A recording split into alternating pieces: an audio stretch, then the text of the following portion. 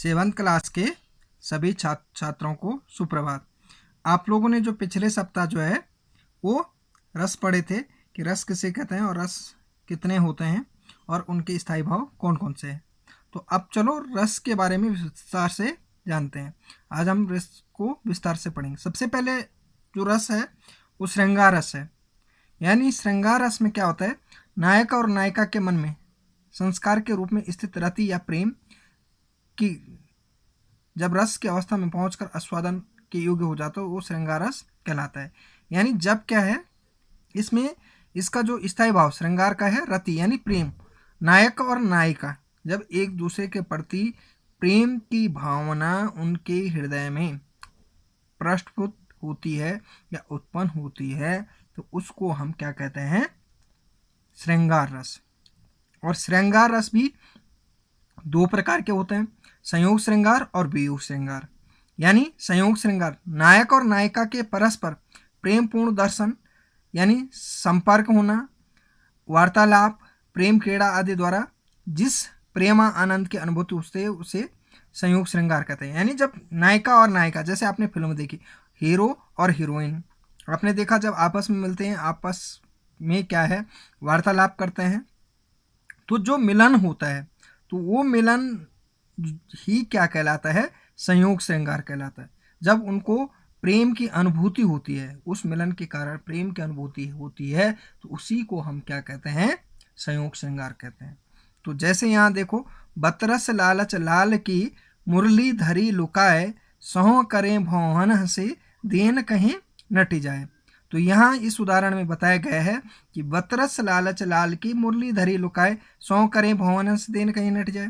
तो इसमें बताया गया कि भगवान श्री कृष्ण और राधा का वर्णन है।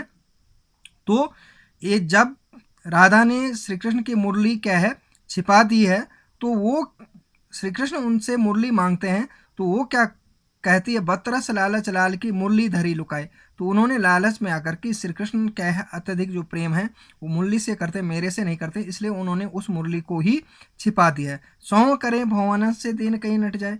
जब श्री कृष्ण उनसे मुरली मांगते हैं तो वो सौ करते हैं यानी कसम खाते हैं, शपथ खाते हैं, और भवन से परंतु आंखों से वो हंस पड़ते हैं। यानी वो क्या है, उनका चेहरा जो कहीं ना कहीं उसके चेहरे में हंसी होती है, तो वो इस बात का ये होता है कि कहीं ना कहीं मुरली उन्हीं के पास है, देन कहीं नट जाए।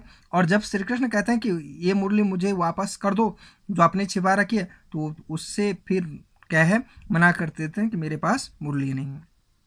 तो यहाँ आपस में आपने देखा होगा कि संयोग श्रृंगार का जो स्थायी भाव है वो रति है। रति यानी प्रेम, वो आपस में प्रेम करते हैं, राधा और कृष्ण एक दूसरे से प्रेम करते हैं।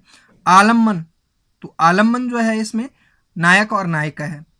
तो ये यहाँ पर देखेंगे। उद्दीपन जो है प्राकृतिक प्रवेश है, नदी का किनारा है, कुंज है, उपवन है, चांदनी है, ये तो सारी चीज़ें यहाँ पर है। अनुभव प्रेम से देखना यानी राधा का श्री कृष्ण को प्रेम से देखना और कृष्ण का राधा को प्रेम से देखना, ये अनुभव है।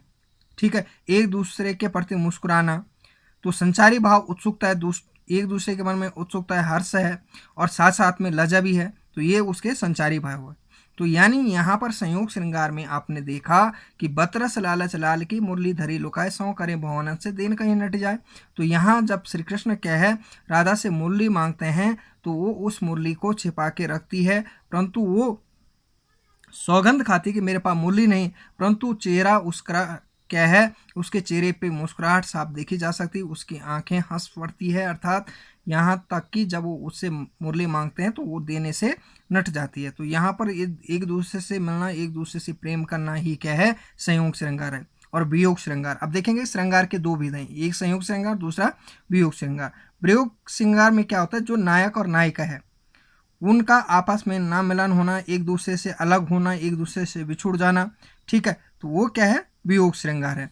अब इसमें हम उदाहरण के माध्यम से बताएंगे आपको, जैसे मधुवन तुम कत रहत हरे, बिरह वियोग श्याम सुंदर के ठाडे क्यों न जरे। ठीक है, तो यहाँ जो गोपियां हैं उनकी स्थितियों का वर्णन किया गया सूरदास जी ने भ्रमर गीत में।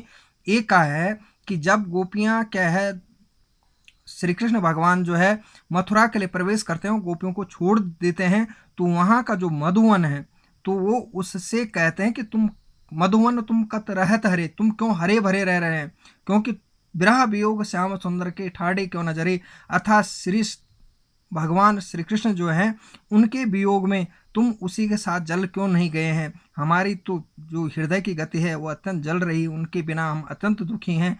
तो यहाँ पर जो दुख है नायिका का वो साफ श्री कृष्ण के प्रति दिखाई दे रहा। या फिर आप देखेंगे निसी दिन बरसत नयन हमारे सदा रहत, पावस ऋतु हम पे जपते श्याम सिधारे। अब यहाँ पर भी सूरदास जी ने ये लिखा है भ्रमर गीत में, निस दिन बरसत नयन हमारे, यानी निस दिन दिन रात, निस दिन मतलब दिन रात क्या कर रहे हैं, हमारी आंखों से क्या है आंसू बह रहे हैं। क्यों बह रहे हैं?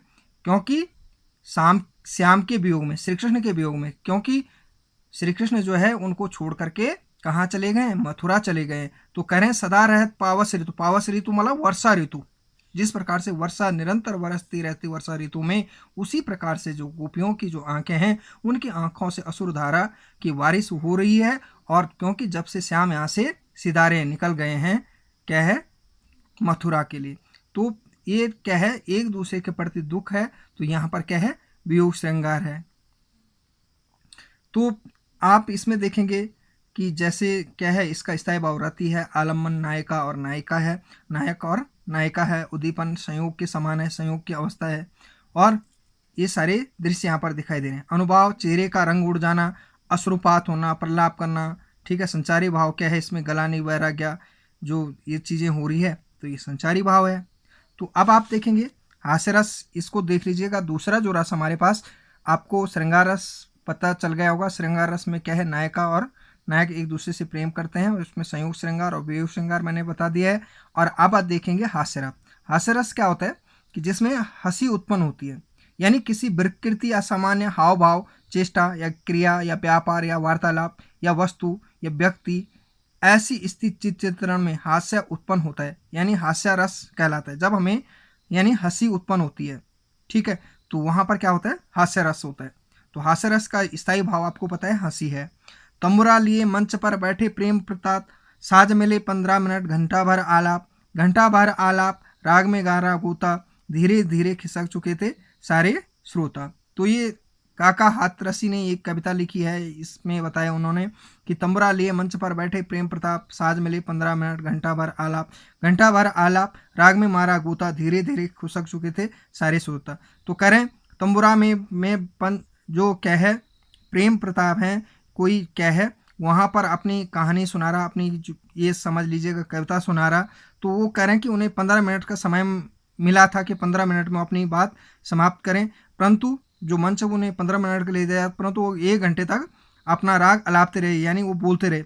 और जब वो 1 घंटा भर बोलते रहे तो यहाँ से इस प्रकार से वो राग में गोता मार रहे थे, वहाँ गा ही रहे थे, परंतु वहाँ से धीरे धीरे जो श्रोता थे वो सारे वहाँ से खिसक चुके थे, परंतु उन्हें पता ही नहीं चला कब खिसक गए। तो मतलब यहाँ पर क्या है हंसी उत्पन्न हो रही है, तो इसलिए यहाँ पर क्या है हास्य रस है।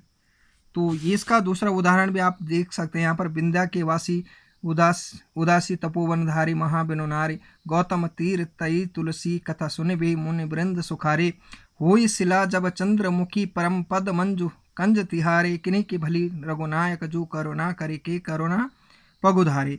तो यहाँ पर भी हास्यरस का उदाहरण है, इसको आप देख लेना, ये आपको पूरा दिया गया।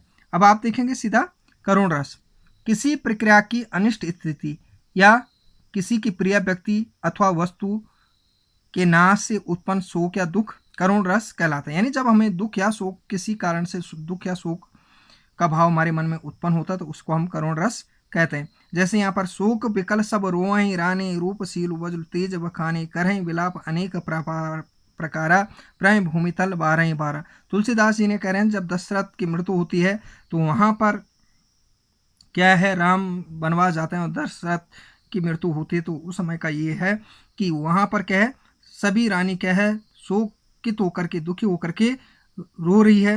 रूपशील सब तेज बखाने, यानी सब उसके रूप और शील का वर्णन कर रहे हैं, सभी अनेक प्रकार से प्रलाप कर रहे हैं और साथ में इस प्रकार से सभी क्या है भूमि पर बार बार पड़ रहे हैं। तो यहाँ दुख का भाव है राम के वनागमन के साथ और दशरथ की मृत्यु के साथ, तो यहाँ पर क्या है करुण रस है। तो आज आप इतना ही देख लीजिएगा, बस इससे आगे आप कल करेंगे।